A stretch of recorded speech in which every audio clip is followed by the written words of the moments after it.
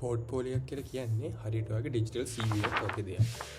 ඔයා ඉගෙන ගන්න ළමෙක් නම් හරි මොකක් හරි ජොබ් එකකට ඇප්ලයි කරනවා වගේ දෙයක් කරනවා නම් ඔයාගේ ජීවිතේට මේ පෝට්පෝලියෝ කියන එක ගොඩක් වැදගත් වෙනවා. ඉතින් ඔයා කරපු දේවල් ප්‍රොජෙක්ට් වගේ දේවල් අපිට ප්‍රූව් කරන්න සිද්ධ වෙනවනේ. හිතන්නකෝ ඔයා ඇප් ඩෙවලොපර් කෙනෙක් නැත්නම් වෙබ් ඩෙවලොපර් කෙනෙක්. ඉතින් ඔයාගේ ප්‍රොජෙක්ට් වල GitHub වගේ ලින්ක් අපිට දාන්න පුළුවන්. එහෙම නැත්නම් ඔයාලට ස්ක්‍රීන්ෂොට් ෂෙයා කරන්න පුළුවන්. තව ඉමේජස් දාන්න පුළුවන්. ඉතින් මේ ඔක්කොම දේවල් අපිට CV එකට දාන්න බෑ. ඒත් මේ පෝට්ෆෝලියෝ එකක් තියෙනවා නම් ඔයාලට පුළුවන් ඒ කරා මේ දේවල් ඉදිරිපත් කරන්න.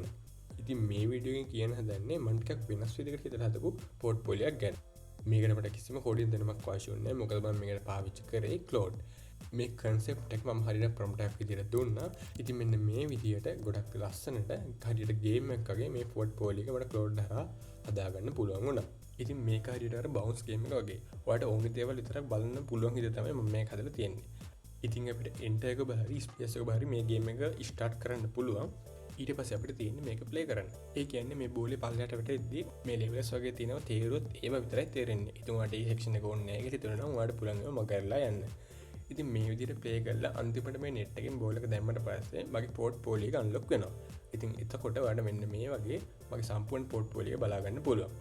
ඉතින් මේකෙදී ඔයාලා මගහැරපු සෙක්ෂන් තියෙනවනේ ඒවත් අපිට අන්ලොක් කරන්න පුළුවන්. ඉතින් ඒකටත් මම ගොඩක් ඉන්ටරැක්ටිව් ක්‍රමයක් පාවිච්චි කරා.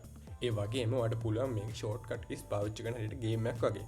මේක එම්ම කරපුවම මෙන්න මේ වගේ මෙනු එක ඔයාලට බලා ගන්න පුළුවන්. ඉතින් ඇරෝ කීස් පාවිච්චි කරලා මේක උඩට පහළ යන්නත් ඔයාලට පුළුවන්. ඒ වගේම මේක මවුස් එකටත් වැඩ කරනවා. ඉතින් මේක ඩෙස්ක්ටොප් එකට වගේම ෆෝන් එකටත් හරියට වැඩ කරනවා. ඉතින් මම කියවනේ මේ සෙක්ෂන් අන්ලොක් කරන්න මම ඉන්ටරැක්ටිව් ක්‍රමයක් පාවිච්චි කරා කියලා. ඒ තමයි කෙනෙක් මගේ පෝට්ෆෝලියෝ එක බලනකොට එයා මගෙන් අයිඩියා එකක් ගන්නවනේ. ඉතින් මම කරේ එයා කලින් අන්ලොක් කරලා තියෙන සෙක්ෂන් වලින් පොඩි ප්‍රශ්නයක් අහනවා. ඉතින් ඒකට හරි උත්තරේ දුන්නාට පස්සේ ඔයාලට පුළුවන් එක මෙන්න මේ විදියට ගොඩක් ලේසියෙන් බලා ගන්න. ඉතින් ඔයාලට හිතනවා ඇති අපේ පෝට්ෆෝලියෝ එක බලන කෙනෙක් මේ වගේ ගේම් එකක් බල මෙහෙම කරන්න පිස්සුද කියලා. ඔව් එහෙම වෙන්නත් පුළුවන්. හැබැයි මට ඕනේ මේ පෝට්ෆෝලියෝ එකට ඉන්ටරැක්ටිව් විදියට වෙනස් විදියකට හදන්න. මම මේකෙදි ඇනිමේෂන් වගේ දේවල් පාවිච්චි කරලා තියෙනවා. එතකොට තව හෝවර් ගන්නකොට එකක් වෙනස් විදියට හදලා තියෙනවා. මෙහෙම ක්ලික් කරපුවාම ඒවා වෙනස් වෙන විදියට හරිම ඩයිනමික් විදියට මේක හදලා තියෙනවා. ඉතින් ඔයාලට මේක තවත් ඉම්ප්‍රූව් කරන්න පුළුවන්. මම තවත් ඉම්ප්‍රූව් කරන්න මේක බලාපොරොත්තු වෙනවා. ඔයාටත් එහෙම අදහසක් තියෙනවා නම් මේ වගේ අලුත් විදිහක ඉඳලා පෝට්ෆෝලියෝ එකක් හදාගන්න පුළුවන්. ඉතින් මේ වීඩියෝ එක වැදගත් වුණා නම් තව කෙනෙක්ට බලලා ෂෙයා කරන්න. තාම අපේ මැස්කෝ channel එක subscribe කරලා නැත්නම් දැන් subscribe කරන්න අමතක කරන්න එපා.